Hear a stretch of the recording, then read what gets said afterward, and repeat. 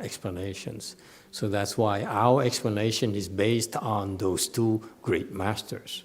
Okay, and the last week we went through what Master HsuanHua is about. When he was younger, as a teenager, he made 18 vows, that he says, basically, in those 18 vows, he says, I'm going to vow to save all living beings.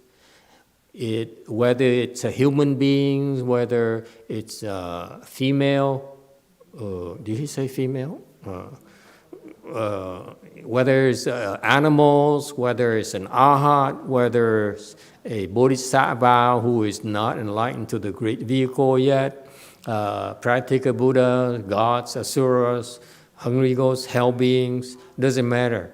Okay, he'll save them all. Otherwise, he will not become a Buddha. And then what interests me initially was that he says, if you hear my name, see my image, I vow that you will become a Buddha before I become a Buddha, meaning he's going to wait for me to become a Buddha. So that's, I say, oh, I want to become Buddhist then. So a lot of us got interested through that vow. So it's kind of a cool set of vows that he made as a teenager. That's the kind of mindset that this young man has. And then, so it gives a glimpse as to his mindset, Master HsuanHua's mindset, when he became a monk and what his life is about. And then I wanted to revisit the 10 requirements that Master Jingyang set for himself. Also, I think this is around the time when he was becoming a monk or something. As a lay person, he says, these are my requirements. This is what I hold myself to. Okay? He doesn't call them vows, by the way. He says, this is what I expect of myself. Okay? Not vows.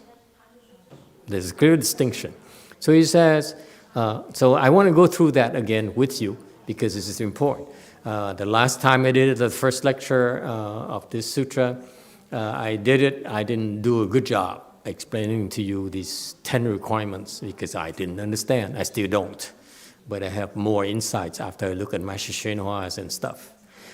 So the body will not renounce a shramana's appearance. He means that when he becomes a monk, okay, then he will always observe the appearance, the comportment of a monk. Always, okay. So it means that right there that appearance-wise to the outside world, okay. They look at him, they say, he is the personification of what a monk is supposed to be. Okay? So he sets the standards, not just for himself. He says, this is what I want people to see, what a monk is supposed to be, to look like, meaning that all the other monks and nuns need to see that, his standards, as well as lay people as well. Okay? So it's right at the standard is that this is what a monk is supposed to look like, to behave like, to talk like, to sit like, all right, to eat like. So far, so good? So he sets the standards for a monk. All right? Number 2, the mind is not opposed to regulation and thus come one, meaning that he, okay, will not commit offenses with the mind. Is that slightly different from the first time I explained it to you? Quite different. Okay? He says, my mind will not oppose the regulation of this command, meaning that monks have a set of rules and regulations for monks. For example, we can't go into details for you because I'm forbidden to explain to you the rules or regulations for monks. It's just in our Vinaya, we're not supposed to tell you. Okay?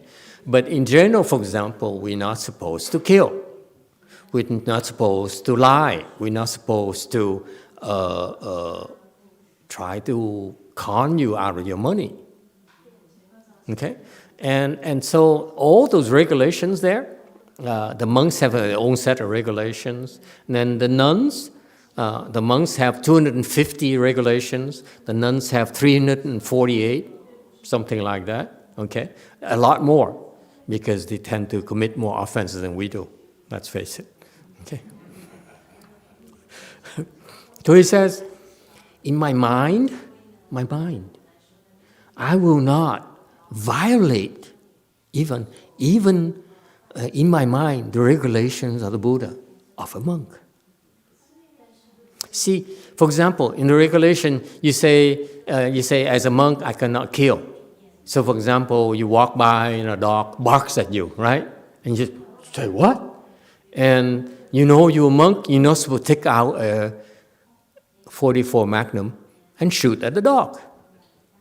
You're not supposed to. That's because the regulations clearly state that we cannot kill, period, right?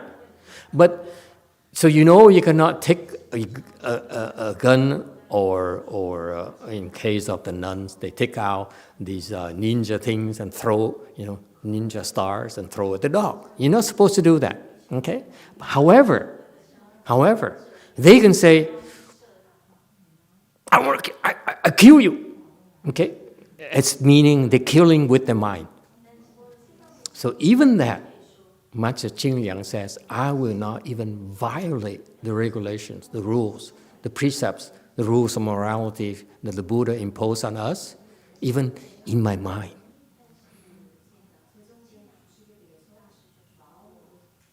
Okay? It's purity for you. Okay? So another example, a rich person comes to the temple and drives in a nice car. I don't know what's a nice car nowadays. You guys only drive, what is it? Toyotas? Prius? Okay, this guy drives in. I saw it happen to me years ago, Lu Mountain Temple. The guy drives in with family with a latest model Mercedes S series. So to see the relics, and he says, I help this temple, that temple, and so forth. And therefore, he wants special attention. For some reason, I didn't give it to him. So he walked away very disappointed. He gave me a check of $1,500. I still remember that. It's a lot of money back then when you're poor. It hasn't improved, actually, yet.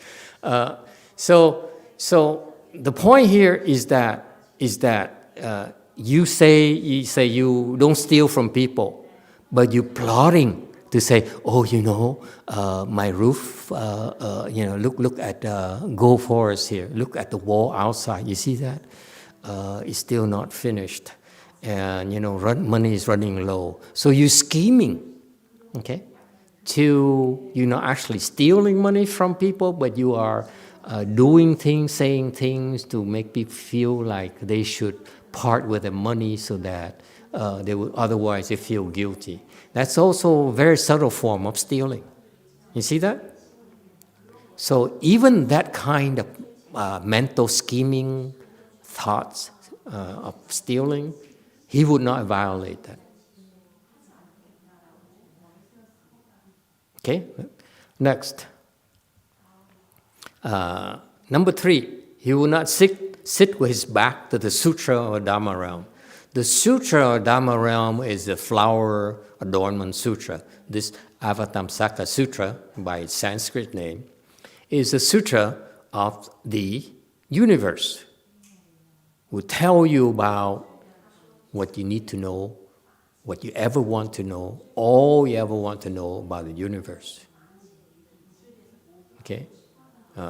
And so he says, when I sit, I will never sit with my back to the sutra. It shows tremendous respect for wisdom, for knowledge, okay? Ultimate knowledge. He has that kind of wisdom. He has that kind of deep respect for wisdom, for true knowledge. Not a PhD, not recognition. He says, deep down in my heart, I know this is a sutra of the universe, therefore I will always be respectful towards this sutra. So far, so good? Okay. Number 4, the nature is not defined by the states of emotion, meaning that I will not indulge in emotions. Emotions will confuse your mind. As soon as you say, for example, oh son, I love you, you're confused. Okay? So he says, my mind is as clear as, what's clear? I don't know. Plexiglass, how's that? Okay. That's the only thing I see that's clear. The rest of your mind is all muddled. Okay? So he said, my nature, okay, I will never let emotions stir me up. Okay? So his mind is always pure and clear. So the wisdom is always there. He's never confused. See the standards? Isn't that incredible? No? Well, think about it. Number 5, feet would not tread on dust of nunnery. What does it mean? He doesn't like women. What? So funny? He's a misogynist, something like that? Like his president? Just kidding. It's not funny to some people. Okay? I used to have a guy who came to my lecture when I first started, text, and he drove a long way from Van Nuys to Orange County, where I rented a lecture room from this Vietnamese temple to lecture, thinking that the Vietnamese will come and listen to my beautiful Dharma lecture, Mahayana Sutras explanation. Guess what? No one came. Only text came from Van Nuys. No one from Orange County came. That's what I decided. Someday I moved up north to California, where the San Jose people like me more. So text will come every weekend, and then he would argue with me every single weekend. He says, I disagree with you. You are so racist. You are so confused. You are so rude. I said, yes, guilty. But why are you coming? You disagree. Anyway, so feet would not tread dust of nunnery, meaning that here's what happens. The yin and the yang thing, that we like am yin, am yang, and you yin, okay? Women are yin, men are yang. So when the yin and yang are close, there's certain electricity that goes on. And he says, no, I'm not gonna do that. I'm not gonna go near these people. That's purity for you, okay? For who? For the nuns. Because he pure already. Remember in the prior 1, 2, 3, 4, he says, my mind has no emotions. Not for me. Okay? He says, the nunneries, the cultivators, I want them to become enlightened. You hear me, Sangwo? Okay? So you should become enlightened. I'm not going to come near you and stir up your emotion because the yin and yang thing, natural. That's the thing that naturally happens. Okay? He said, I will not do that. Number 6, ribs will not touch the bed of a lay person. Okay? I will not rest in a lay person's house. Okay? I will not rest, let alone as lie down. And so, if any of you ever wanted to become a monk or nun? No one. Okay, I know. Okay, change subject. After you become a monk, especially with our style of cultivation, okay, the one thing you have left is sleep and eating. Okay, eating noodle soup and sleeping. So, after you eat well, what do? You sleep. Okay, so they come in pairs, and it's invaluable to us, monks and nuns.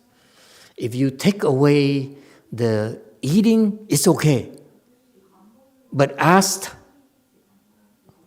Dizan Pusa there. Ask the Earth Store Bodhisattva back there, facing me. Okay? Ask him if he can do without sleep. He says, no. Right? You don't have to eat, but you must sleep. Yes? To finish, go forth, working and go forth.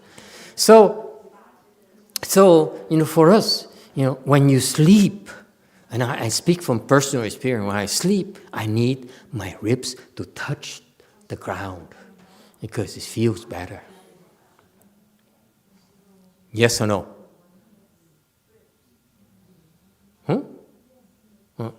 So that's why he says, I will not rest, I will not even enjoy the sleep. Okay? And in a layperson environment. Okay? All right, any questions? Next, 7. The eyes not gaze at improper spectacles. No Netflix.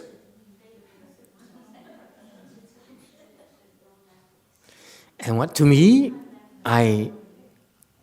personally, it's not something that I agree with. I feel Netflix is culture, not entertainment. Agree, Chung Yin Sunim? He watches Netflix, by the way. Okay, I'm sorry, but in our line of work, we need to be multicultural. We need to be sensitive to culture. We need to learn more about culture, okay, and would help our work. But for Master Jing Liang, whose purpose in life is to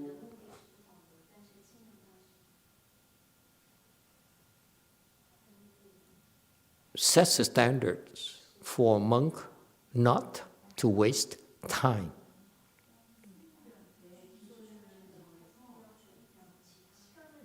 Okay? It turns out after you leave the home life, it's truth be told, it's a very lonely life. Okay, very lonely. You feel very lonely, right, Chung Yin? You miss Korea at all? Yes, he says yes, Master. Go back to Korea.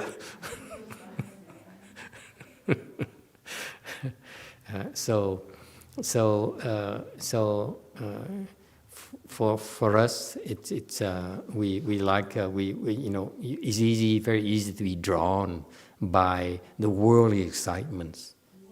Okay,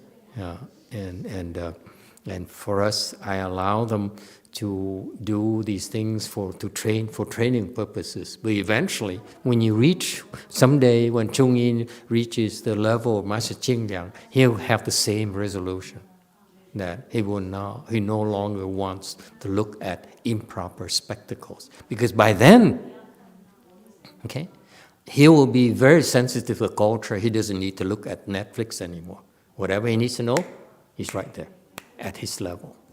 So far, so good. So there's no need to waste time looking at improper spectacles. No need to entertain yourself anymore. Okay? Number 8, tongue will not taste edibles after noon. Master HsuanHua, my late Chinese teacher, says, mouth will not taste edibles after noon. I'm not sure I understand that. Maybe the Chinese people can help me out. Do you taste with your mouth or with your tongue? Xiao Tai, what do you think? You taste with your tongue or with your mouth? Tongue, right? Thank you. I rest my case. I have the authority here who certifies that you taste with your tongue. So for the Chinese, my Chinese masters say he tasted with the mouth. I don't get it. Okay, it should be tongue. Tongue will not taste. Thank you. Yeah, go back to your book. Yeah. Will not taste edibles afternoon. It says afternoon meaning sharp, 12 o'clock. Okay, no more eating. No more eating, no more drinking. Not even tea in the afternoon. Not even milk. The Buddhist regulation, by the way, boys and girls, especially monks and nuns, you are allowed to drink in the afternoon. Tea, milk, what do you like? Coffee, yeah. I like non-alcoholic beer.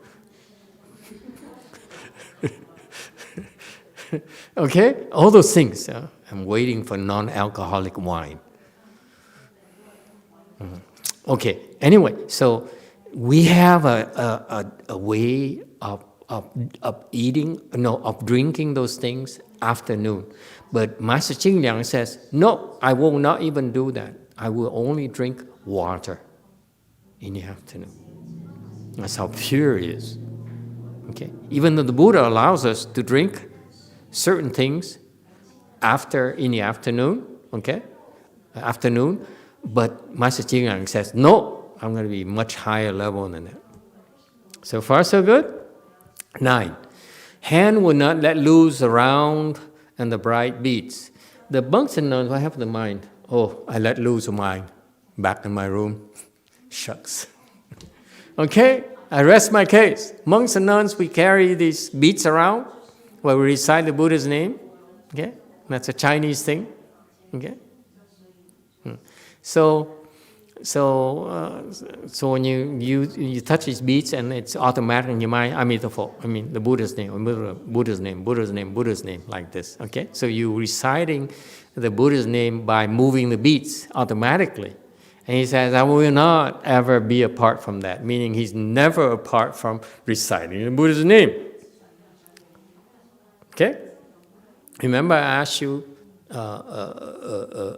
3 weeks ago, I asked you, wonder what happens when you go to the bathroom.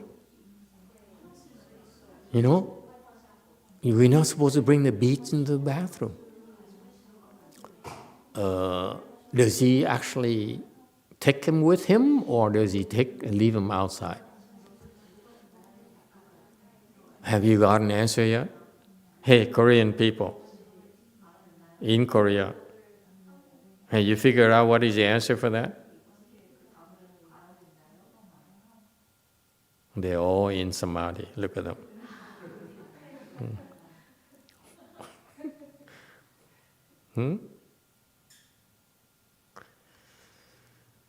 Well, I don't know. If I have to guess, okay, there are two possible scenarios to do number 9. Number one is that you bring the beads into the bathroom, but because he's enlightened, he didn't see it as a bathroom, therefore he's not violating. They have tricks that we don't have. See, when people ask you, aren't you supposed to not to bring the beads into the bathroom? Because you are saying there's a bathroom there and there's not a bathroom, right? Whereas in Master Ching Liang's mind, the bathroom or not bathroom is all the same. Got that? So he can afford. This is cool. This is what you want to be at his level. He can do things that we can't. Okay? So he'll bring the beads in the bathroom, reciting the Buddha's name, and he says, what bathroom? Does it make sense? Isn't that cool? You have to be a monk to be able to do that. Change your mind about living the home life? Shaving your hair? Never mind. Until then, be good to your wife. Okay. Now, the second scenario is that he's going to leave his beads outside, right? Out the bathroom. Let's say, oops, I have a lay person here, my devoted supporter, who knows a lot about the Buddhist, rules and regulations, and if I bring my beads into the bathroom, he will say, "Oh my God, Master Ching Liang is two-faced." He tells his disciples not to bring the beads to the bathroom, but then he brings his beads to the bathroom. So the layperson would not understand, right? It would cause doubt and afflictions in his follower. So what do? He says, "I'm going to leave the beads outside. You my witness, right? Hey, I'm leaving my beads here, right?" And he goes to the bathroom. Okay? Does it mean he's apart from the beads?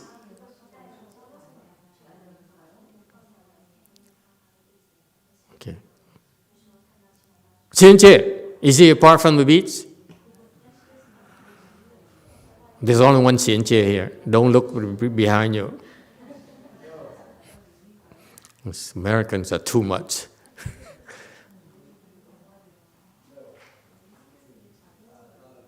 His beads. No, he's not apart from the beads. Why not? He doesn't see being apart from the beads. He doesn't see one place different from the other place. He's not enlightened yet, clearly. Anyone else who is enlightened? Okay, one enlightened person. You see how tough it is to go to the Avatamsaka Sutra lecture? You reveal yourself. Yes, white. Yellow. Yellow. Emitofuo. Thưa Master, I think in his mind, he never leave it. That's why it's never. What did I tell you? She is enlightened. Exactly. You see? In his mind, your mind is that the beads are here and I need to touch the beads. But in his mind, he says, whether he puts the beads down to wash his hands, the mind is still with the beads. Right? And you cannot take these things literally. It says, number 9, hand not let loose round bright beads. It means my mind. Hand is just an extension of your mind. You see that? Very good. What did I tell you? Master Hsien has that purple sharir, new sharir, and we all know who it is. Excellent. Number 10, at night, apart from roast and bowls, okay? Even when he's sleeping, his mind is still on the requirements of the Buddha, okay? Any questions? So what is the difference, I ask you, between my late Chinese masters, Vows, and Master Jing Liang's 10 requirements? Anyone? What's the difference? One is vows, one is requirements. What's the difference?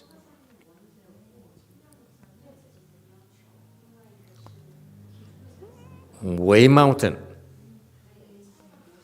Go ahead, Wei Mountain.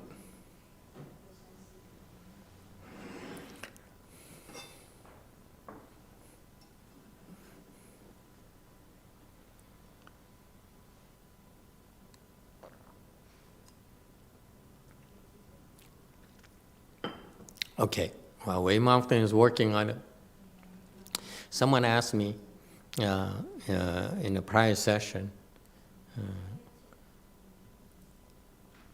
are we still having problems?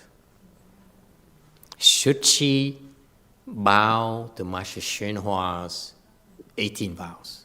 What happened to YongHua? She disappeared? Has something to do? Okay, then we'll not discuss it. If we won't discuss it, it's her fault. Okay? Yes, Wei Mao, question. Master, the requirements are a lifestyle, things that the master is doing currently, the way he's living his life, and Master HsuanHua's vows are an aspiration that he's aspiring to accomplish from now into the future. Excellent. Did you hear that? That's from Southern California. You, Northern California, have a lot of work to do to catch up with us. You see that? He's not even a monk yet. He's got to figure it out already. Master HsuanHua says, I aspire to save you, save him, save your neighbor's dog, right? Why? Because he still sees him as a dog. He still sees you as Trump supporter. You see what I mean? Okay, so he says, oh my God, I gotta save him. You get the point? He says, he's in trouble. I need to save him. Can you see that? That's why he says, I vow to save him so that he stops suffering. Right? Not funny. I know it's not funny. But he still sees someone who needs to be saved. An arhat, a bodhisattva, a dog, a god, a dog, never mind. Him. Okay? So he still sees people he needs to save. That means what? He's not a Buddha. Okay? He's still discriminating. Arhats, men, women, animals, ghosts. Remember, he was a teenager back then. For a teenager, which is a little bit older than Xiao Tai there, okay? Xiao Tai doesn't know about arhats yet, do you? You don't, you see? When you get older, then you understand about arhats, about gods, about politicians, and so forth. Then you say, these people, I want to save them. That's very impressive for a teenager, okay? Is it okay, like YongHua's people, you know, the lady who's not here, they bow to the 18 vows of Master HsuanHua, okay? And this is where it came from. Over in my Chinese master's temple, they bow to his 18 vows, okay? Do we bow to his 18 vows? I can't hear you. Thank you. No, why not? Why do I let you vow the 18 vows of Master HsuanHua? Huh?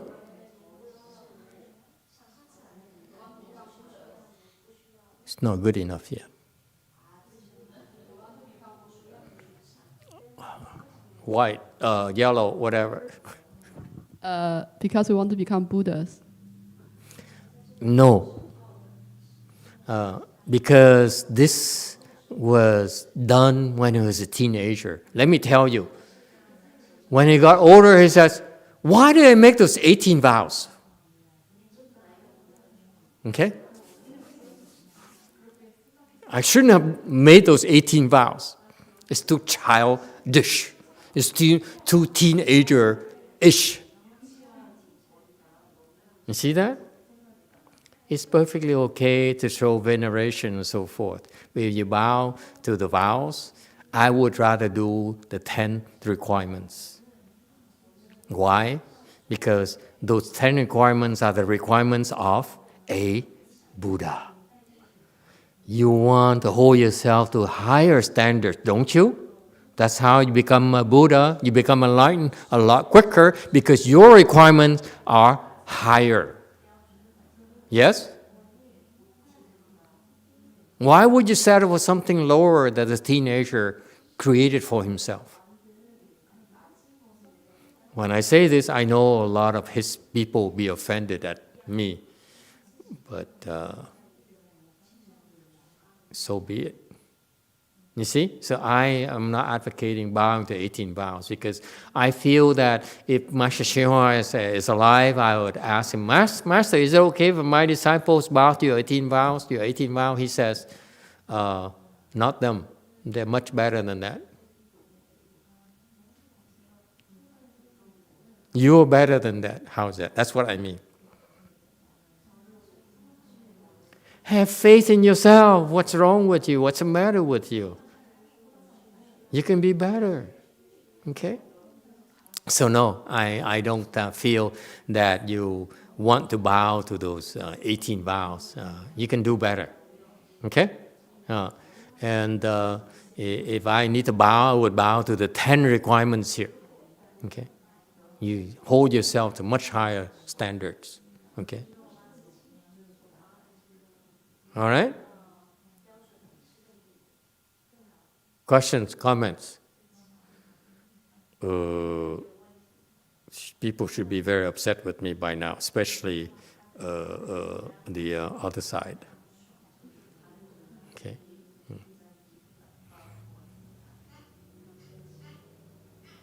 The Koreans are so quiet. This Korean is saying, let the Vietnamese and Chinese fight each other.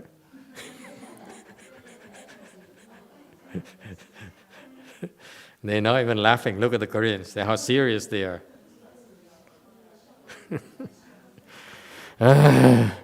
So serious. What? Again.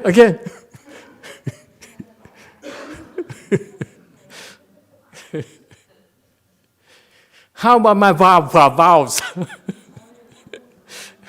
It's funny because my entire life I didn't know about vows. I said, vows is so Chinese. Okay? But since the Chinese are making so many vows, I feel Americans should do some vows. Okay? Is it a typo? No, it isn't. Because these are designed to impress you. That's vowing you. Okay? Not vows. You got that? You'll never see the word vow in the next few slides, next 1 or 2 slides. These are not vows, they're just vows. Okay? Did you translate it properly, Korean Sunim? Now the Koreans are laughing over there. Oh, yeah. So hard to make them laugh. Number 1, a vow to serve each and every Buddha. Okay? This is the ideal in Mahayana, that you draw near a wise teacher. To do what? The Chinese, they said, go near a good no advisor and learn from the good no advisor. Pick his brains. Yes? Chinese people, come on. What happened? Hey, Taiwanese person, you agree or disagree?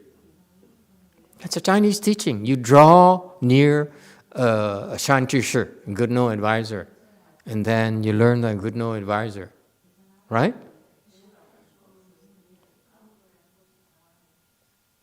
That's correct. That's very profound Mahayana teaching. Okay? However, this sutra, the Flower Adornment Sutra, look, now the monkey is wide awake. Before he said, oh, good noodle soup, good noodle soup. Can my ribs touch the floor, touch the carpet? And finally, he is now awakened to the wows. Okay? You draw near a good no advisor, but what do? Still not good enough yet.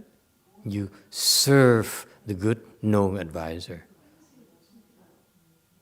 That's what, throughout the sutra, all the Bodhisattvas do. Every sutra, every chapter, he says, here the Buddha spoke Dharma, all these Buddhas came, their attendants are these great Bodhisattvas who are serving them as their Dharma door.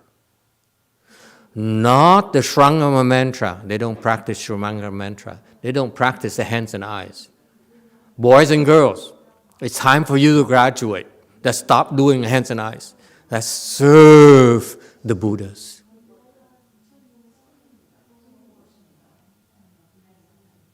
No more hands and eyes sessions.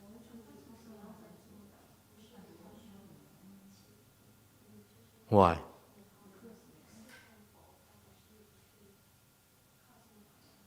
You can do the hands and eyes as long as to serve the Buddha. How's that? Okay?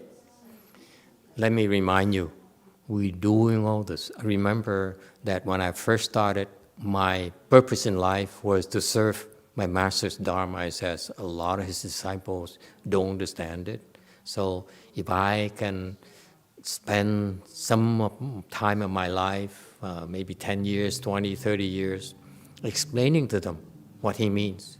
Because the Chinese, something about the Chinese culture where, especially Chinese Buddhism, they are not as explicit as we are in the West. Okay, has to be clear. The Chinese always speak oblique. They never direct. Am I correct or not? Chinese, Taiwanese, Korean, Asian. That's how we are. Our culture is that we are non-confrontational. We are not direct. We always talk on the side, on the edge. Okay, and that leaves a lot of room for misinterpretations. Okay, so that's why when my master taught his disciples, my generation, his teaching is tremendously profound. But I noticed that his disciples, unlike you, miss a lot of the teaching. So I said, wow, it's evidenced by the way they translate it. And they approve of all these translations. It shows that they don't understand what he meant in his Chinese. Okay? The high level Dharma. So I said, if they only translate the mid-level Dharma of Master HsuanHua, if I spend 30 years of my life explaining a higher level of Dharma and have them tell the whole world I only can teach low-level people, who cares? The point is that let me elaborate on the high end of his Dharma, then I've earned my stripes. Okay? I earn the rice and the noodle soup that I eat every day. That's good enough. Okay? And lo and behold, circumstances arose where Shakyamuni Buddha's relics came to Lu Mountain Temple because some kind of unwise old man chose to give it to me. And I said, oh, how exciting. After the initial excitement, I said, I don't deserve it. Please go somewhere else. I hope you go somewhere else where they can serve you better, because our temple too small, we have no money, we have no disciples, we're going to be stuck there in the room forever.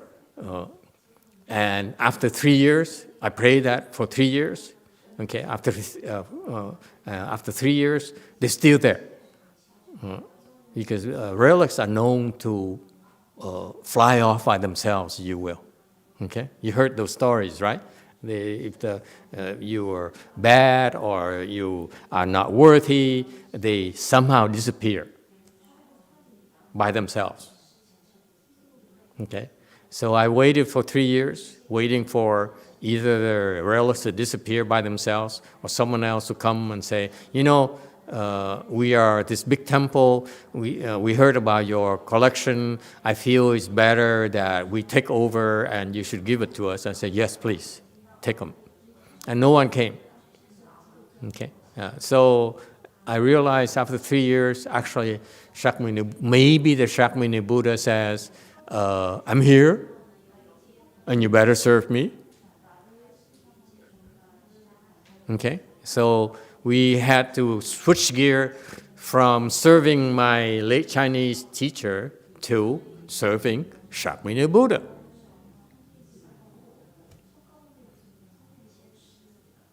Okay, so, and that's why I waited for years after that to explain the Avatamsaka Sutra. And I told my disciples years ago, I said, when I explain that Flower Adornment Sutra, I will teach you one Dharma door of the Mahasattvas, of the great Bodhisattvas. That is, they serve the Buddhas, whatever it means.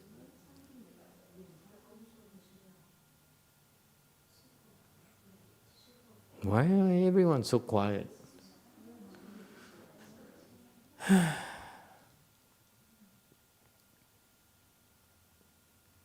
Oh, you're all asleep. Okay, never mind. Let's move on. Excuse me. Number 2, serve Amitabha Buddha. Very original. Okay?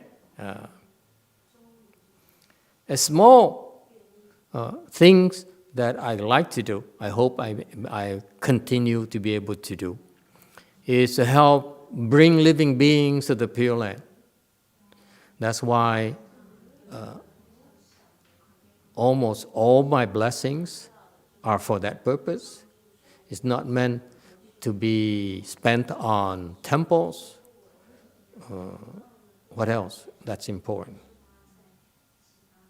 Red cars? No, that's an exception.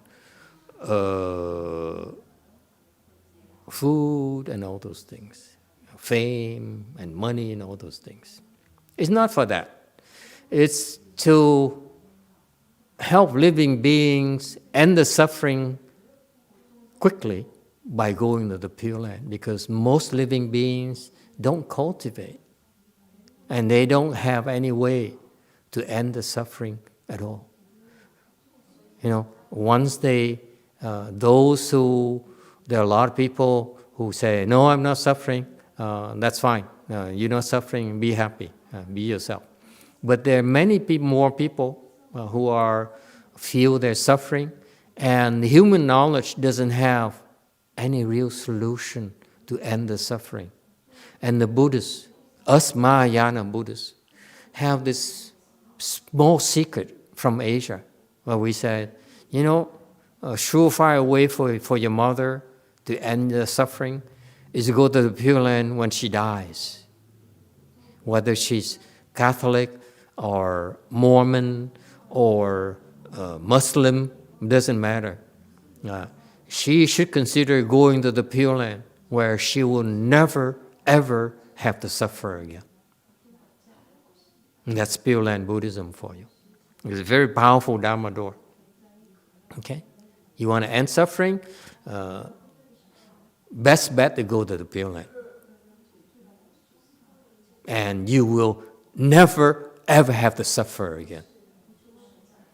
The Buddha will make sure you never, ever have to suffer again.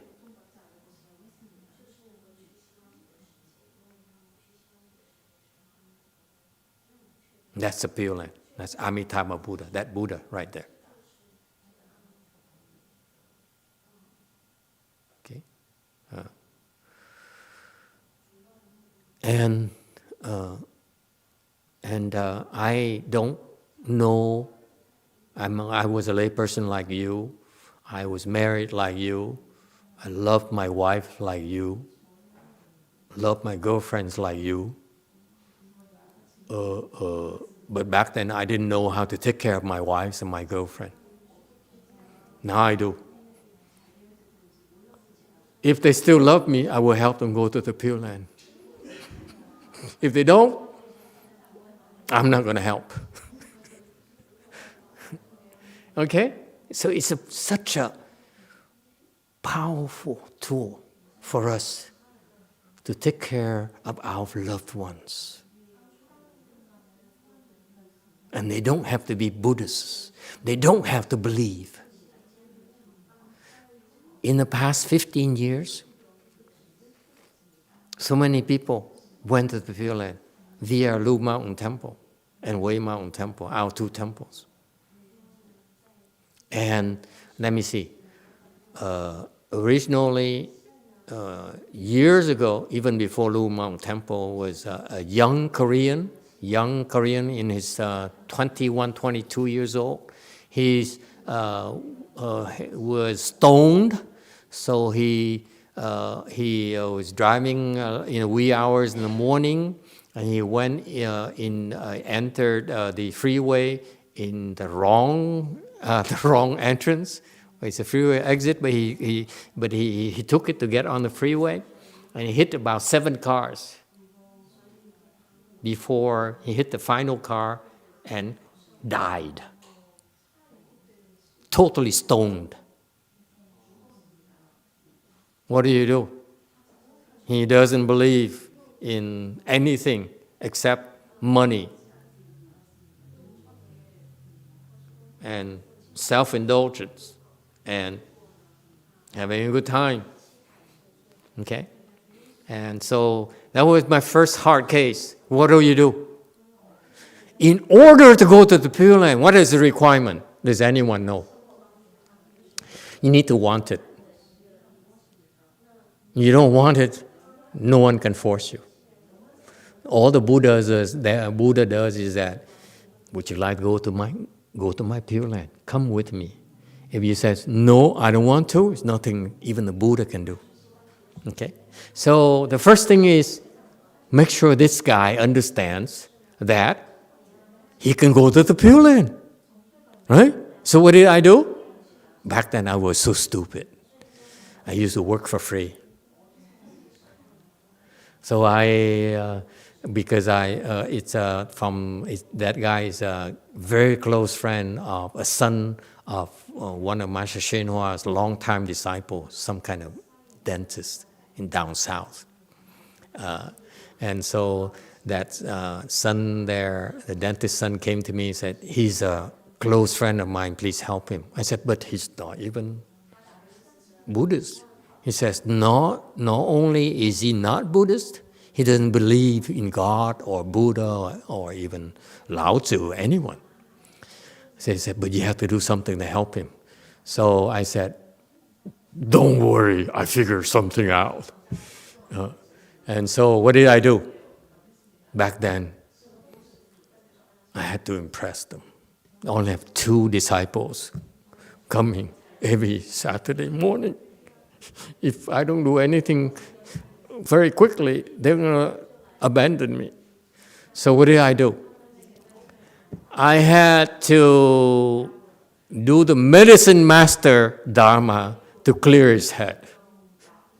This is not rebirth, mind you. It's medicine master. So I had to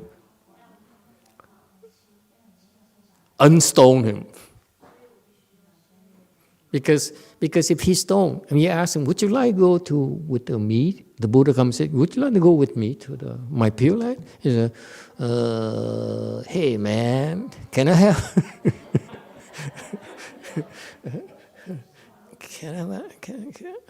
Can we do one before we go?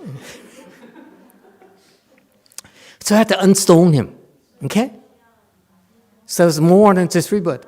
And after that, the guy says, okay, my head is clear now. What do you want me to go again? I said, to the Buddha. I said, what? But I don't believe in the Buddha. So now I have to convince him that he wants to go to the Pure Land. So it's so much work back then that I did for free. And you know what happened? On the 6th or 7th week, the guy finally agreed to go to the Pure Land. Okay, and I said, hallelujah, oh thank you, Lord. Okay, finally, I have one notch on my revolver, one more to the Pure Land. That's my second one. I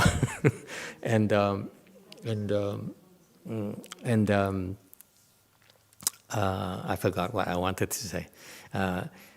But was long after that, the dentist boy who came to me crying, I said, you got to help my friend, my best friend.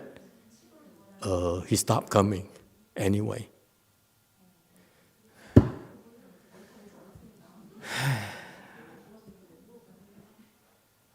All my blessings wasted. So after that, I raised my price.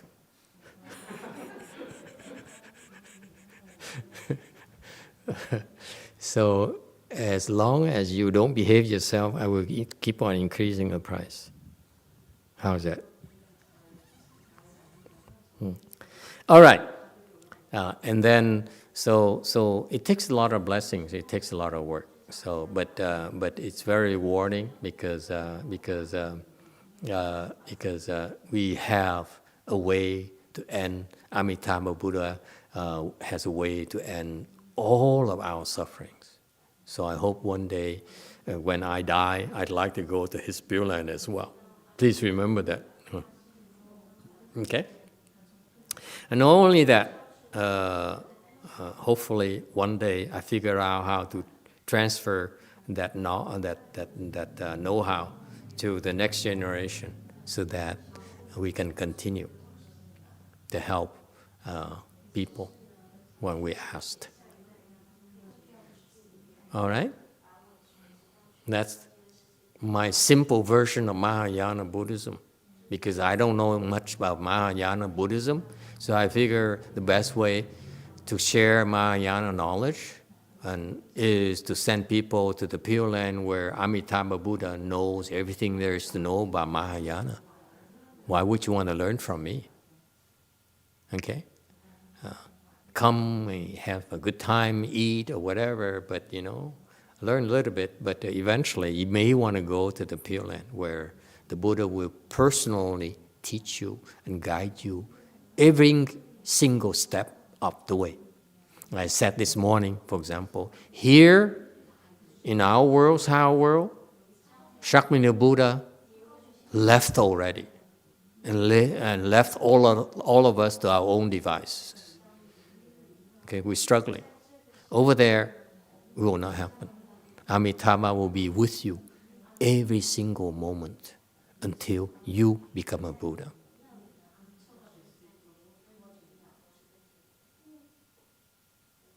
All right? It's a wonderful, wonderful place that we Asians should not be so self-serving. We only think of ourselves only. We should share good things, these great things with others, and let them also benefit from these things. Okay? All right, number three.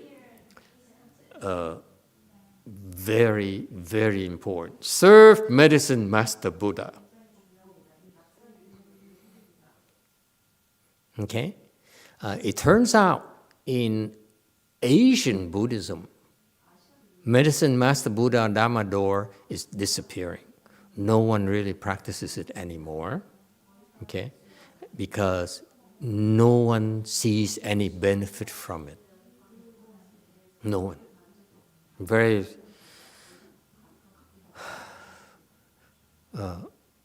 far and few between that the people, when they practice the Medicine Master Buddha's Dharma, they see any real benefit from it, okay? And tomorrow we have a Dharma assembly. That's one of the reasons we want to revive that and say, this is the Buddha here, have these vows whose purpose is to help us this lifetime, okay? Make more money, have more children, find love, find a job, okay? All those things. Prolong our lives, cure our cancers, all those things, okay? And when we're able to use this thing here to help people, the purpose is to increase their faith. Okay? That is something called goodness in life. There is such a Buddha, such beings whose purpose in life is to help us.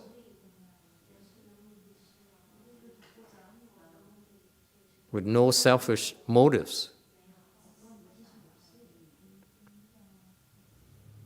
All right? And so for us Mahayana people, the Medicine Master Buddha Dharma door is very important because it's very effective, unlike the Pureland Dharma door where you have to go into it with faith.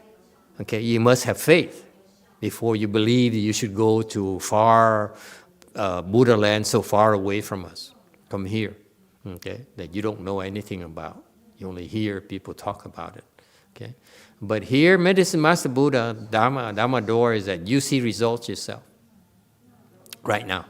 And the reason that the Chinese this Dharma door is disappearing in Chinese Buddhism is because the monks and nuns, when they execute this Dharma door, they really don't show any results, any effects. And that's why this particular Medicine Master Buddha Dharma door is disappearing in Asian Buddhism.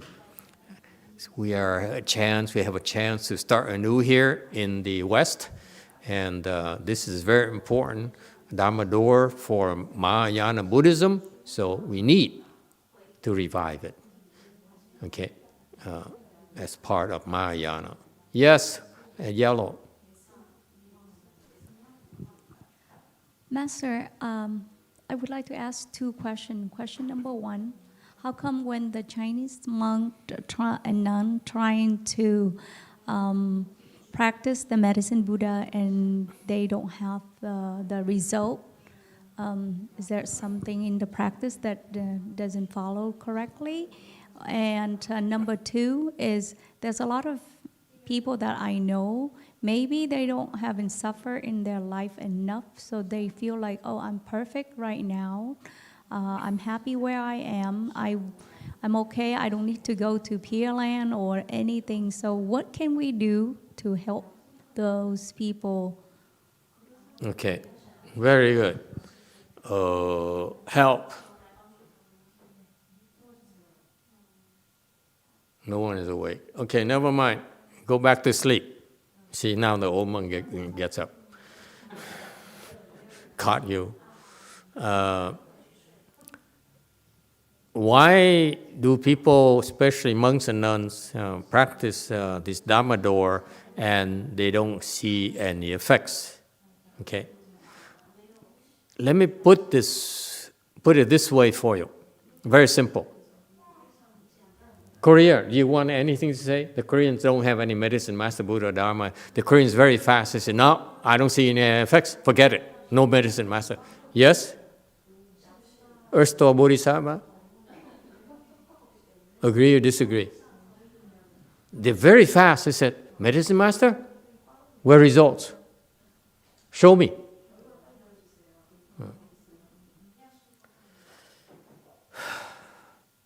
Why aren't, especially the Chinese monks and nuns, able to show any results? Why not?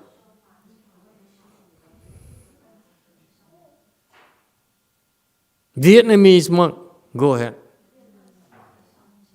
He's thinking, should I speak?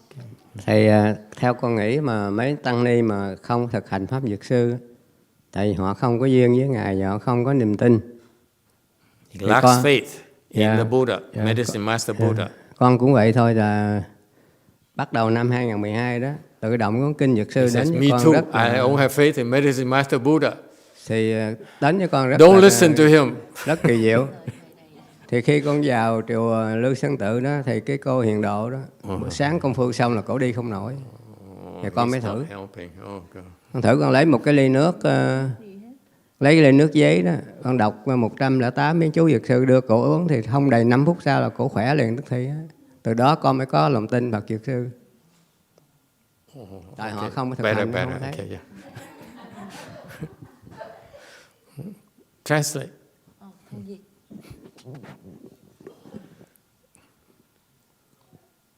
Agree. Master, I personally have this experience. Back then at the Lu Mountain, the old nuns were so sick, and then I used a small cup of water and recite 108 times Medicine Master Buddha mantra in there. And I gave it to her. After 5 minutes, her illness cured. And because I see the result like that, I have faith in the Dharma. Okay. Very good. Now, con nghe thầy dạy là cái người bệnh đó, là bị cái quan gia trái chủ. Nó tới nó thanh toán cho nên phải bệnh như vậy, thì con mới áp dụng cái pháp của thầy. Là con nói cái nguyện này tôi chia cho cái người nào đánh cái bà này phân nửa, bả phân nửa. Thì nếu quý vị uống hết thì coi như tôi trọng tài thôi. Còn nếu không đồng ý thì thôi, cái thành này, cái này là ly nước lạnh. Còn nếu quý vị đồng ý tha thứ cho bả thì tôi chia phân nửa cái blessing này cho quý vị, phân nửa cho bà kia. Thì ngay tức khắc bả hết bệnh. he's not honest. Translate. Không có phải rõ lắm để thông dịch. He didn't tell you the whole story. Chưa có nói hết cái câu chuyện. I heard that you said when people have illnesses, it's because of the past creditor came and claimed the debt on them. So when I recite the mantra into the water and then I say in my mind, I talk to her past creditor and say, okay, this is a way to settle down. If you agree to accept to the settlement, then 50% of the blessing go to you and 50% of the blessing will go to the owner. If not, whatever she drink will just a pure cup of water. And she drank it and it helps. Okay, it helps. Okay. She didn't tell you the whole story. And he says, he also said along the line, says, if you disagree with me, don't kill me, kill the master. He admitted to me, he said, yes, I did tell them that. Don't blame me. I'm just the hands.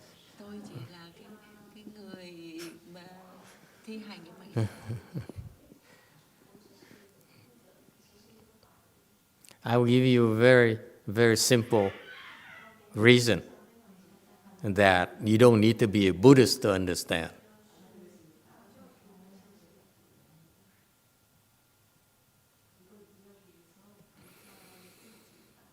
Why does it work? Well, let me tell you. If you have a son and you want to help your son, what do? You go to work, yes? You work your butt off, yes? Get a promotion. Put up with, a lot of crap at work so that you bring home money to feed your family, yes? What does it mean? What I'm getting at is that you're helping your son by, in order for your son not to suffer, what do you have to do? You have to suffer to shield your son from suffering. Yes? It doesn't come automatically. Someone has to suffer. You have to suffer in order to give your son a better chance than you, better education, so he has to suffer less, more money, a BMW when he gets a driving age, and so forth. Yes? So you suffer on behalf of your son. And because you're able to suffer on behalf of your son. Yes or no? Or your wife, beloved wife. No, but we are very political at the temple, let me tell you.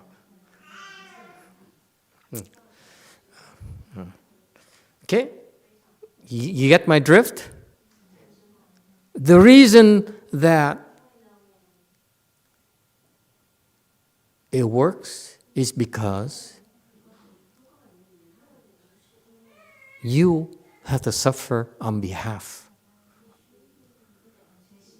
of those people who requested. It's not automatic. Someone has to suffer. It's called cause and effect. Somebody created this mess, okay? So that we suffer because of that. For that to stop, we have to assume the mess in order to make a difference. We have to suffer on behalf of them. So, for it to work, it takes two requirements. Number one, someone has to suffer on behalf of the victims. Yes? Someone has to be sick on behalf of the person who's supposed to have cancer. Yes? So that's why I don't recommend you do this, because you do this, okay, don't go home and say, my wife has cancer. And Master today says, I can help because I can have cancer on her behalf. And guess what? This is funny. Can I tell you a funny story? This is so personal to me. Do you have time?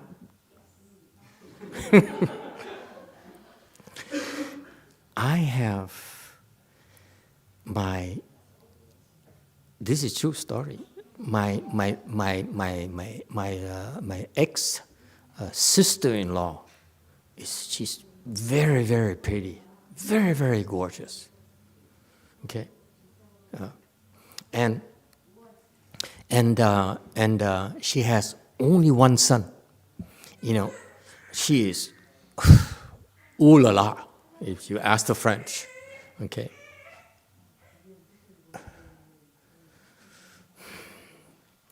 And she has only one son, her only son in life, and that's the son is her life. Nothing else matters. Not money, not the husband, not the ex-husband, not the boyfriend. The son comes first. Okay, and they're very happy together. Okay, she divorced my brother, so and lives about half a block away, so that he still has a father. And so they live together, very happy, and she raised him. She does a very good job, and so forth, has a lover, and who she loves. And he said, but you're still number 2, you're not number 1. Let's get this straight, okay? Yeah. So anyway, so the boy grows up, okay, becomes a teenager, and guess what?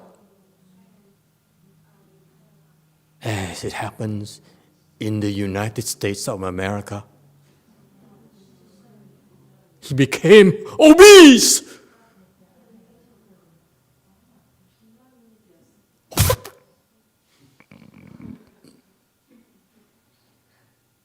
Teenager.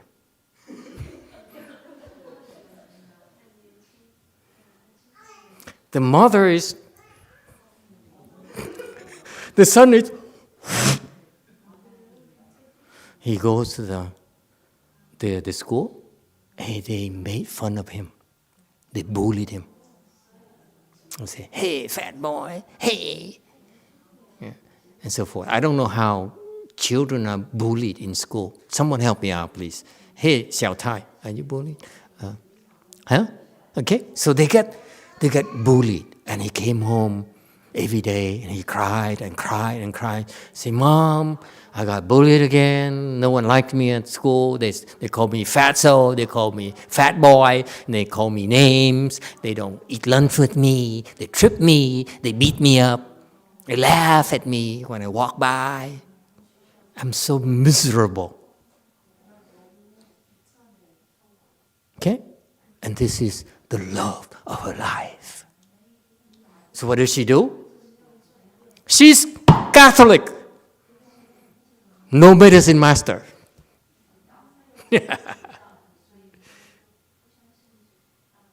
But we taught her a Buddhist approach. He says, you're not Buddhist, but you can do this. You don't have to be Buddhist to do this. Would you like to know? She says, yes. Yes, yes, anything for my son.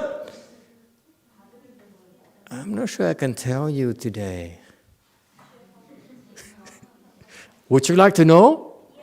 What? I can't hear you.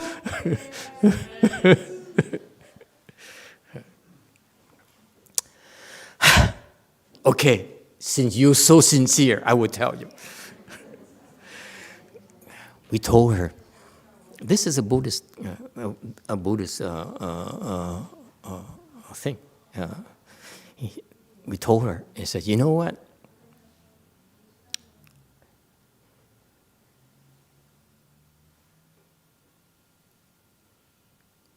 Look in the sky. Remember, she was married to my brother, my younger brother. So she knows a little bit about Buddhism, knows about Buddha, and says, look in the sky, and said, Buddha, please help.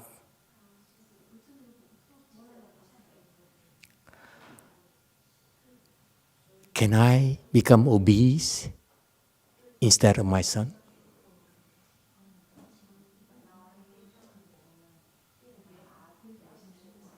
She did that. And guess what happens? The son, and she,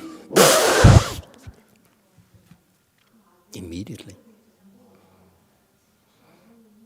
That's how sincere she was as a non-Buddhist. And I can swear to God that none of you are as sincere as she is. What happened? She developed a thyroid instantaneously, and she became, and as soon as she became, the boy shaped up.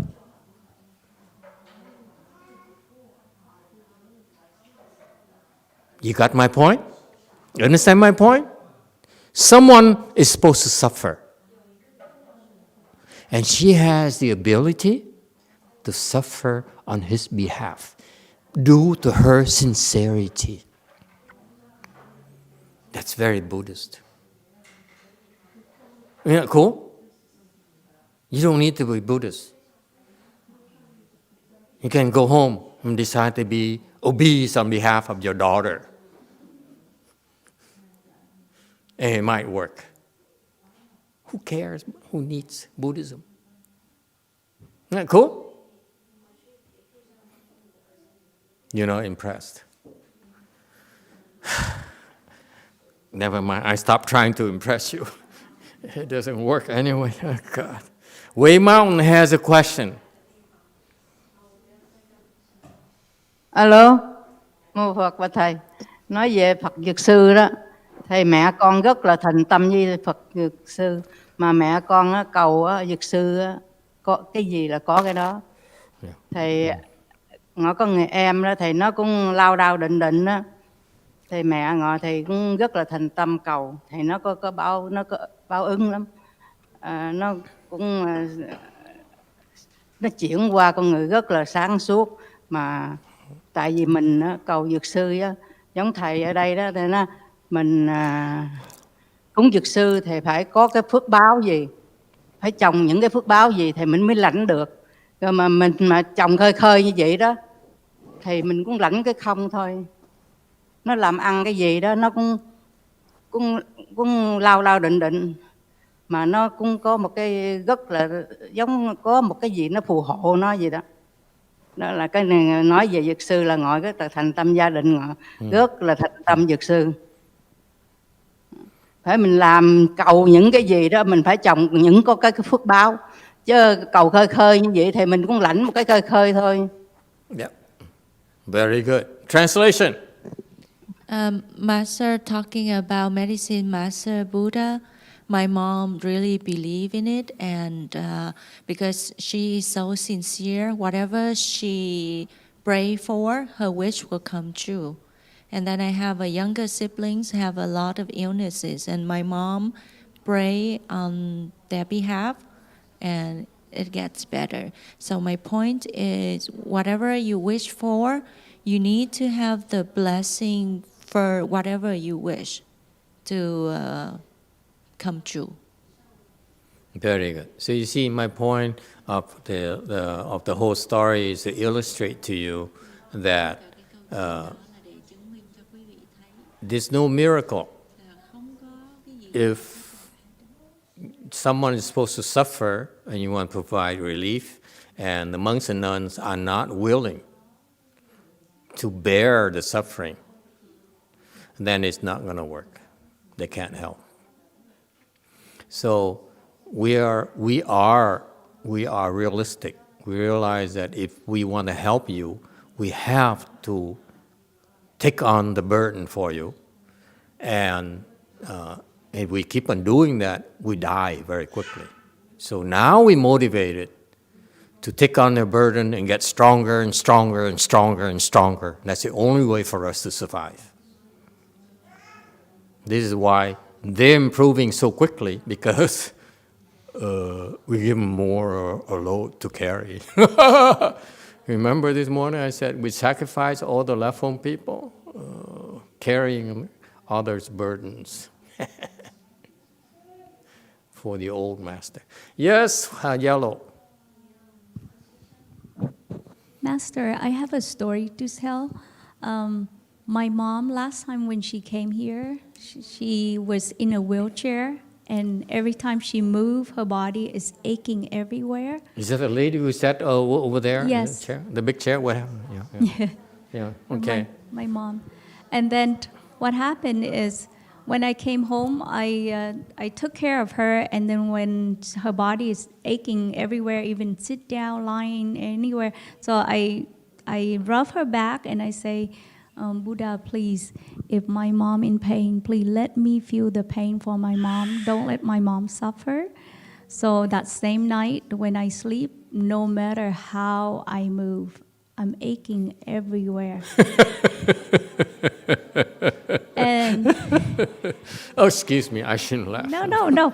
But then I think maybe my faith in you is so strong that when I lie down and sleep, and then I think I don't remember the exact time, but I heard your voice say, "Get out of here," and then I saw like a figure. You're my competition now.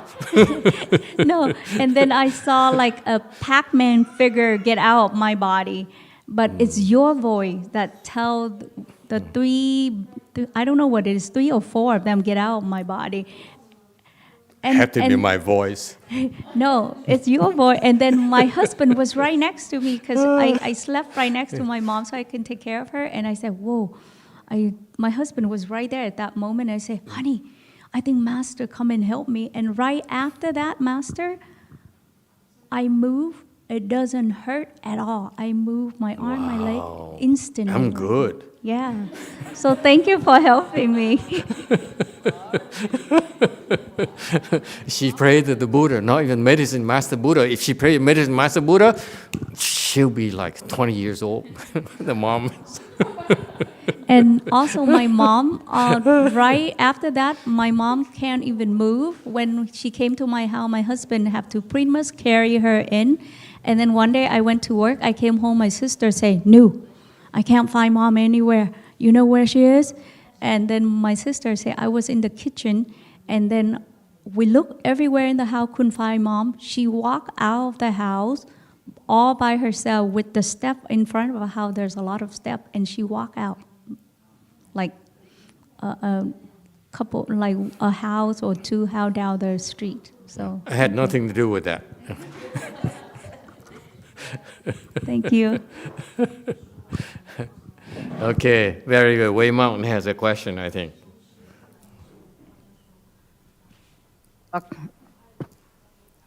Mô Phật, bạch thầy, I recognize giống that mẹ voice. con đó, thầy giống mẹ con đó, thầy rất là thành tâm để cúng dược sư, mà mẹ con thầy không biết cúng gì thôi, chứ không biết nó là để trồng cái phước báo cho dược sư cái gì cũng không biết. Thầy đợi tới đây đó, con lại tới đây đó mới nghe thầy nói là phải trồng cái phước báo cho dược sư. Thầy tụi con biết rồi, nhưng đó mẹ con đó cũng nói cũng có biết như vậy mà không biết để trồng một cái phước báo. Cái con ngồi đó nó tới đây đó nghe thầy nói á, thầy nói là vậy thì con phải đi làm cái dược sư đi. Mà nó làm nó mấy năm trước nó làm một năm 100 mấy 200 ngàn lận á. Tự nhiên nó nghe thầy như vậy cái nó bỏ. Nó nói, ô trời đất ơi, làm cái lương lớn cao như vậy mà bỏ một cái rồi không biết my đi God, làm. now I'm in trouble. Let me translate for her. She says, my family, my mother and I believe in a medicine master, Buddha, Dharma, and so forth. My son, he didn't tell you, or she didn't say this, the son used to do the termite thing. He's been around for a long time. He has tremendous track record that his clients keep on referring clients upon clients upon clients over the years. So he's making like 150,000 a year selling the termite and fumigation, termite inspection and fumigation. Okay, and she told me, let her finish the story. Nói tiếp đi em. Cái cậu đó nó làm mà nó bệnh hoài thôi thầy. Cái lại tới đây thầy nói là thôi bây giờ đừng có làm cái nghề đó đi, làm cái trồng cái phước dược sư đi. Cái nó về nó nghĩ làm sao, cái nó 3 ngày sau nó bỏ, nó không đi làm. Không đi làm đó, trời đất ơi, đi làm 1 năm bao nhiêu tiền rồi bây giờ này bỏ như vậy đó, rồi không biết lấy cái gì mà làm nữa biết không? Mà không phải như vậy đâu thầy. And his uncles and the aunts never forgave me for that.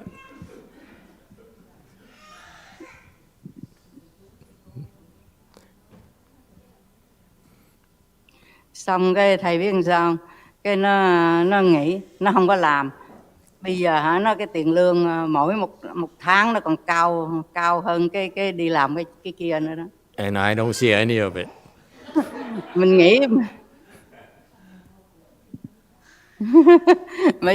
bây giờ nó làm á, nó nghĩ nó sung sướng, nó cứ cảm ơn hoài thôi à. Nó hàng ngày ở nhà nó cứ lại đó, nó cảm ơn hoài thôi. Nó là chàng ơi sao mà Phật pháp linh nghiệm mà ấy, nó cũng nghe lời thầy lắm á biết không?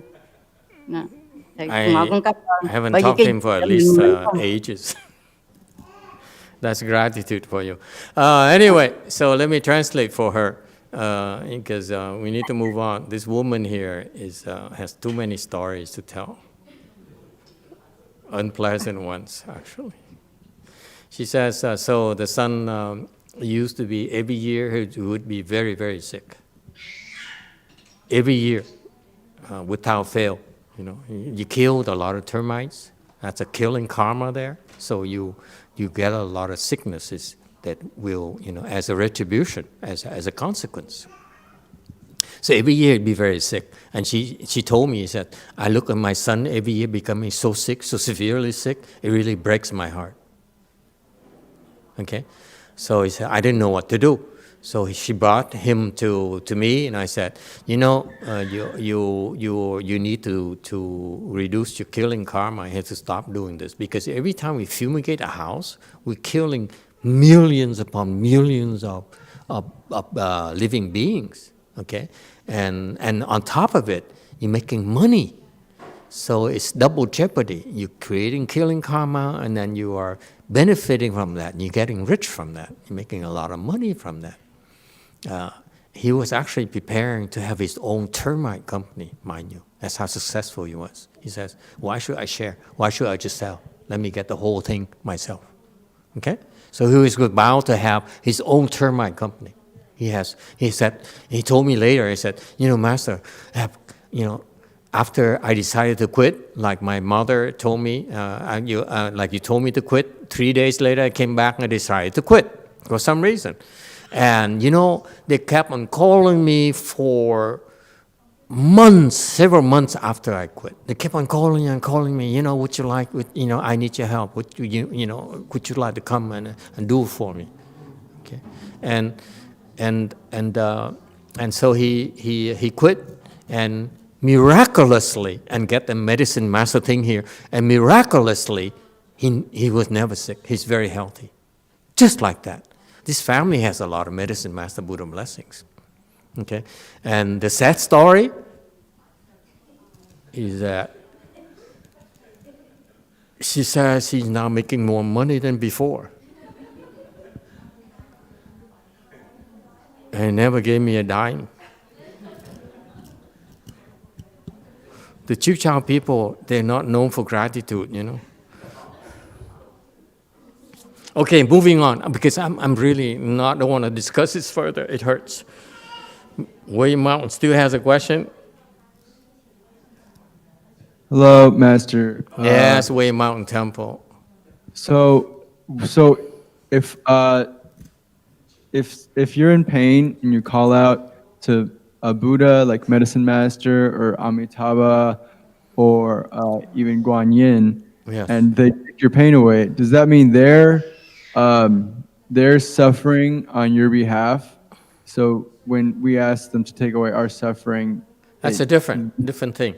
If you call out to the Buddhas and the Bodhisattvas, it varies, it depends. If you call like to Guo Yin, and you don't have to be Buddhist, you can call Guo Yin, or you Catholics can call Mother Mary. That's a Guo Yin transformation body. That's Guo Yin disguising as Mother Mary.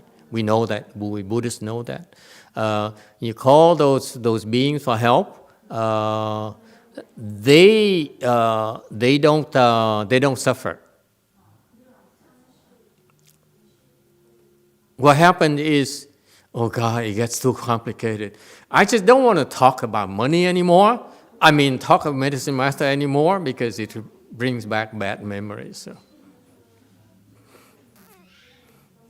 We don't get paid enough. Darn it. But in order to meddle, let me go into more details I care to, but you know, these Southern Californians, they ask too many questions.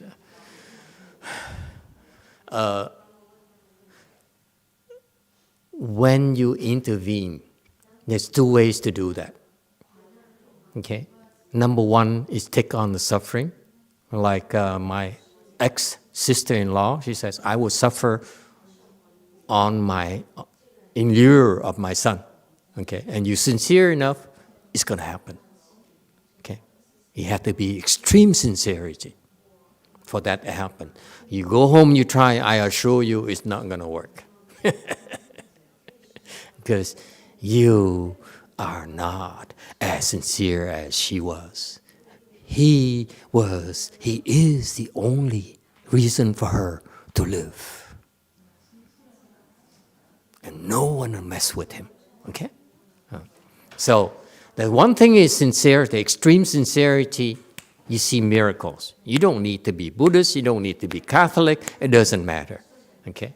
You said, Buddhas, Bodhisattvas, please help. And let me suffer. I'm stronger. I can take the suffering. Please, let me take it off. Okay? And miracles can happen and has happened. You don't need us at all. It's only those of you who are not sincere. Okay? And then you probably need us. Anyway, so one way is you have to take on the suffering. Okay? So either you suffer, or the monks and nuns who do the medicine thing, they have to suffer. Okay?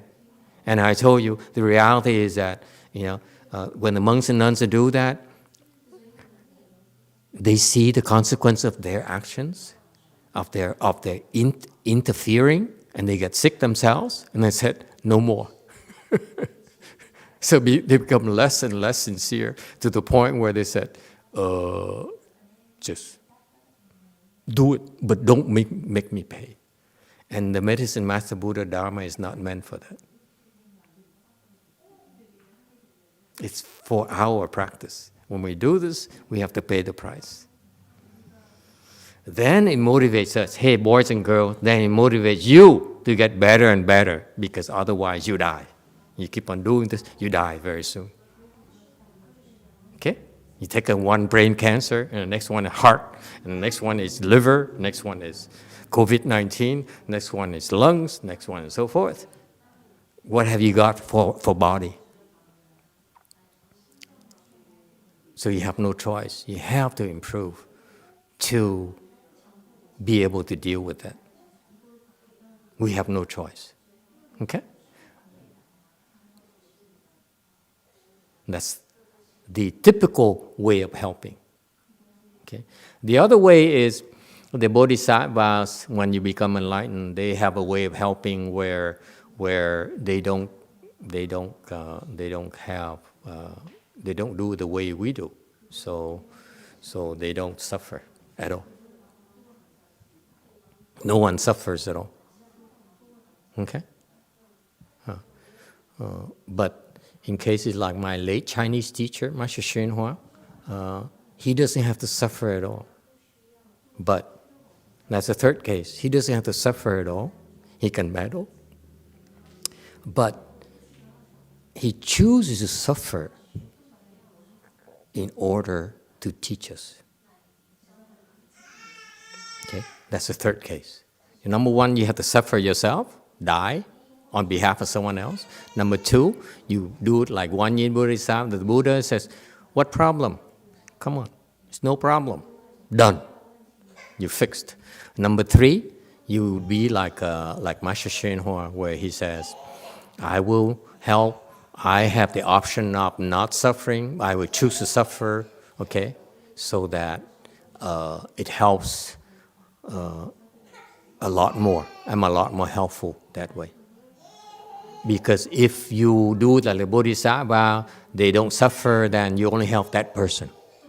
But when my master helped and he became very sick, had to have dialysis every 2 days, every other day, okay, and extremely painful. Those of you who've been through dialysis, it's so painful. And you have to do it every other day. So it's, I saw that and I was scared out of my wits. I said, no, I don't want to suffer like that. Okay, so it made us more, less greedy and more aware of our limitations.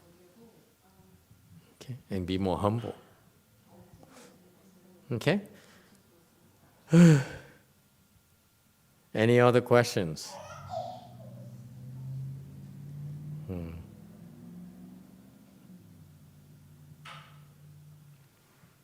And it's funny thing along with that. Oh, never mind. Tomorrow, medicine master. Maybe some other people may bring more things.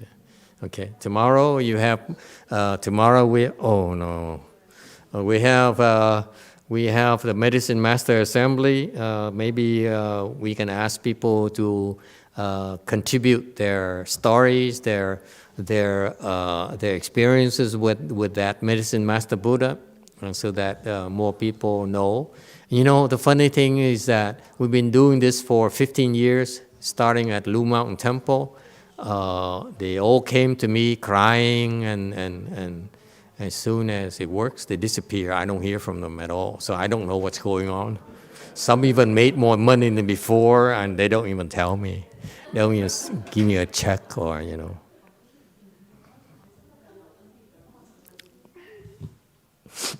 That's life. We're Mountain Temple. Question?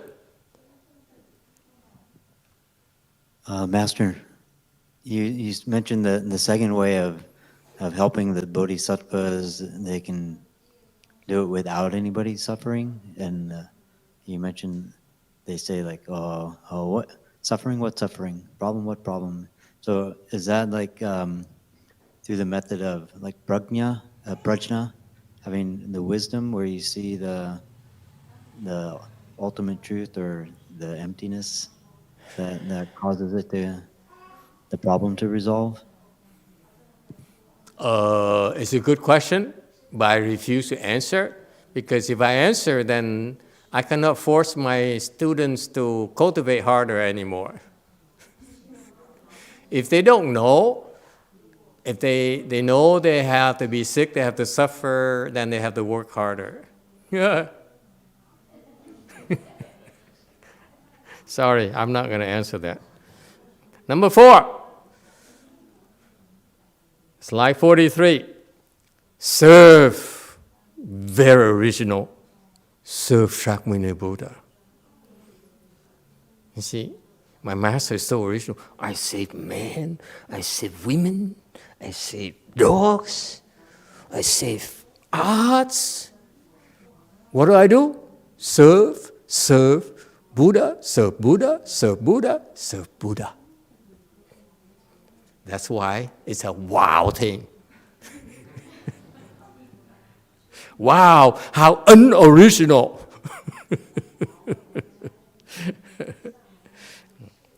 In the West, one of Shakyamuni Buddha's extremely useful Dharma door is sudden teaching. It's not taught, it's not practiced, and therefore it's not high level Mahayana yet. It's not knowledge. We have to do it. My master did it. Okay? Our generation, for us to call ourselves Mahayana, we also have to do it ourselves. Can't say, you know, I learned from him, and therefore I'm Mahayana. No, Mahayana is doing. It's not talking. Okay? So, we need to give certain teaching, propagate that. My generation, your generation, you have to. Otherwise, it's not Mahayana at all. You remember? Master HsuanHua, one of his vows, early vows says, the Bodhisattva of the provisional vehicle, that's Hinayana. That's what he means. Hinayana Bodhisattvas, or what I call Hinayana Mahayana. Okay? We want to have Mahayana, meaning we need to have certain teaching. Okay? Too much talk. You just have to become enlightened, and you know what to do. That's what it is. What it's all about is you should become enlightened yourself. Okay? What my master have is his, it's not ours. Okay? We need to swallow the wine. Tasting it in the mouth is still not good enough. All right? And in order to serve Shakyamuni Buddha, I see it as establishing forts. In San Jose, in Cheongju, in Korea, and so forth. You set up these forts like back then when in this country, history of this country, when we moved from the East Coast to the West, what did we do?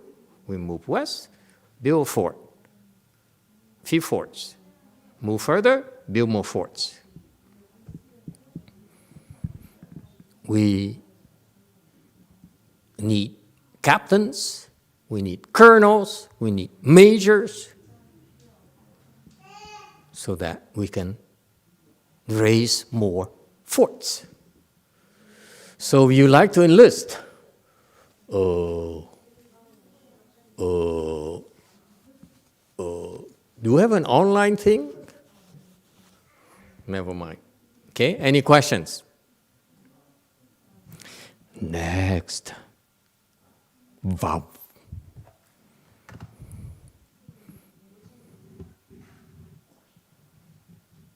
At some point in life, when you grow up, you have to decide, when you become a Buddha, can I tell you? When you become a Buddha, this is what happens. You're going to have your own Buddha land, like your own galaxy. Every time you become a Buddha, you have your own galaxy. Isn't that cool? It's for real. It's not talk. You have your own galaxy where you do whatever you want with it. Amitabha Buddha says, my galaxy will be so adorned, has gold, has silver, it has all these precious stones. They have gold for instead of dirt, okay? It's no dirt in the Western Bliss Pureland of Amitabha Buddha's galaxy. What we have as dirt here, okay, it's gold over there. To the point where gold is worth nothing. An ounce of gold is worth zero over there. Because you can pick it up from the ground. Hey, what do you need gold? You want gold? To the point where that woman, the mother of that woman who is from my Chinese master's temples, okay? She sits on the bench. You see that thing? Can you see it? See, that woman here sits on the back of the bench. You see that? That spy. Okay? Her mother went to the Pure Land. I told her so. And he said, are you sure? I said, yeah, I'm sure. And then that night or something, a few nights later, she dreamt of the mother coming back and giving her some gold. The mother is very cheap. When I met her mother when she's alive, she says, she gave me $100 bill as an offering, and then as soon as I reach I stretch my hands, she pulls it right back.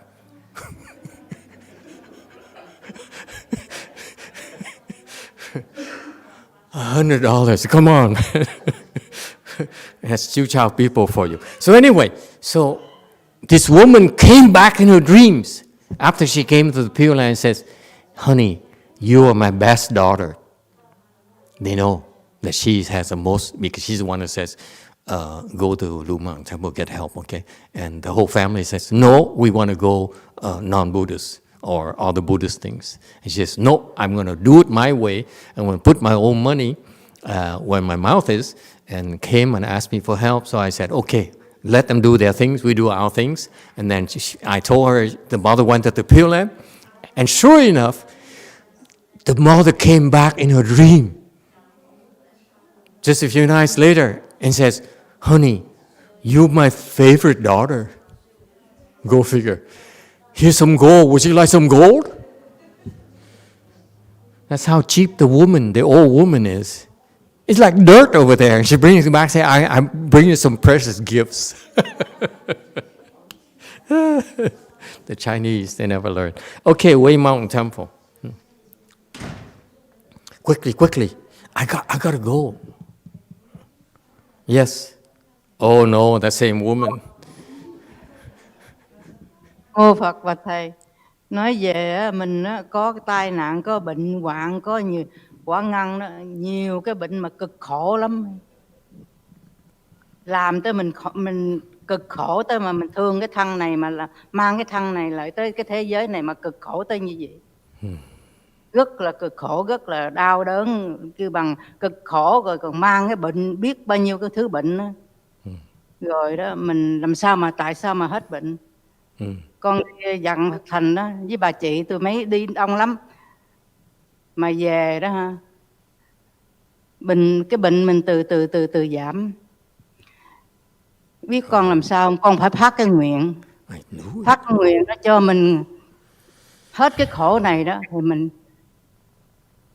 làm sao mình phải đó làm công quả, làm phước. Bởi vì quả ngăn đó mấy chục năm nay đó trong mình đó không còn một ten nữa, có một đồng đó là họ cúng hết, họ không có để một ten ở trong mình đó. Nhiều khi họ ra đi, họ mỗi lần đi dạng Phật thành đó Thầy, họ đi mượn tiền người ta đi nữa, mượn tiền người ta để làm phước nữa đó. Bởi vì là rất là thành tâm chứ không phải là mình muốn hết cái khổ sở này đó, không có dễ đâu. Bởi vì con Quả Ngân cứ cầu nguyện hoài cho Quả Ngân năm nay 70 mấy tuổi rồi đó, không ngờ Quả Ngân sống tới giờ này ngồi đây để nói chuyện. Bây giờ mình nói chuyện ở đây cũng lại xong, con cầu nguyện đó cho con mạnh khỏe thì con phải cứ làm Phật sự hoài, chỉ gì bao nhiêu thôi đó Thầy. Rồi gia đình của con giờ này đó cũng tốt lắm. Mình tự nhiên mình muốn cái gì đó là nói nhiều quá. Đó. Thôi dịch đi, từ giờ để ấy từ bữa khác nói tiếp nữa. It's bound to happen because she's advertising my rival. I always told you she's the spy coming from it. She says, I went to my rival's temple and I got all kinds of responses. Stay over there.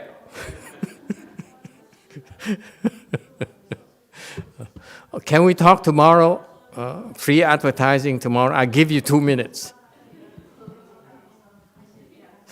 I can't believe this woman, she did it on purpose. She said, oh my glory, I'm vow number 5. And he says, go to CTDB, they have better responses there. Dangerous woman. Okay, no more questions from her. Okay, so can I finish this thing here before we go, please? Okay. So what happened is that when you become a Buddha, before you become a Buddha, you say, my Buddha land is going to be pure land like Amitabha Buddha's pure Buddha land, or it's going to be impure where you have a lot of crazy people and underhanded people coming to live in your galaxy. Like Shakyamuni Buddha, where we are, is impure, called impure because we have a lot of suffering. Okay? You suffer because of impurity. Whereas over in Amitabha Buddha's Pure Land, you don't have any impurity. That's why you are very happy. Okay? So I decided it's going to be impure. My Buddha land will be impure. Okay? Because remember, I'm very competitive. I cannot have a better Pure Land than Amitabha's Pure Land. So forget it. I want to be impure. And think about it. It's easier to go to an impure land than to go to a pure land. There's no requirement. You just have to be impure, be yourself. Angry, greedy, stupid, all those things, you go to my pure land automatically. Impure land automatically. Okay? So that's why I think overall we save more people. Okay?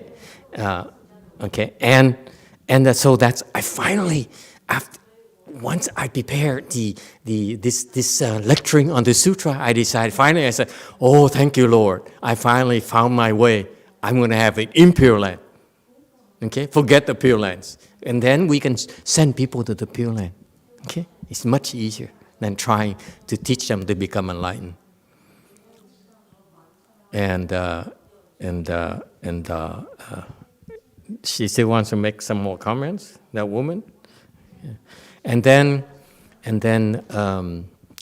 That's why you get a lot more living beings, because living beings are very impure, so they need a place to go. Okay, so might as well go to my impure land. Okay, and in particular, there are a lot of people who like to slander, and in this Pure Land, in impure land here, and these people are my favorite kinds of people, because they motivate us to work harder. Okay, so they're most welcome to my impure land. It's kind of cool.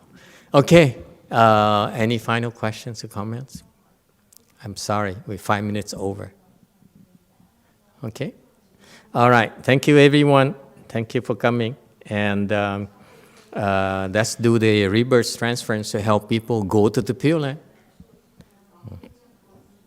Thank you. Next time is 45. Oh, that's the summary here. So my vows is very, very original. Serve every Buddha, serve Amitabha Buddha, serve Medicine Master Buddha, serve Shakyamuni Buddha. It's very easy to memorize and bow to these 5 vows. Okay, thank you everyone. Next time, do 46.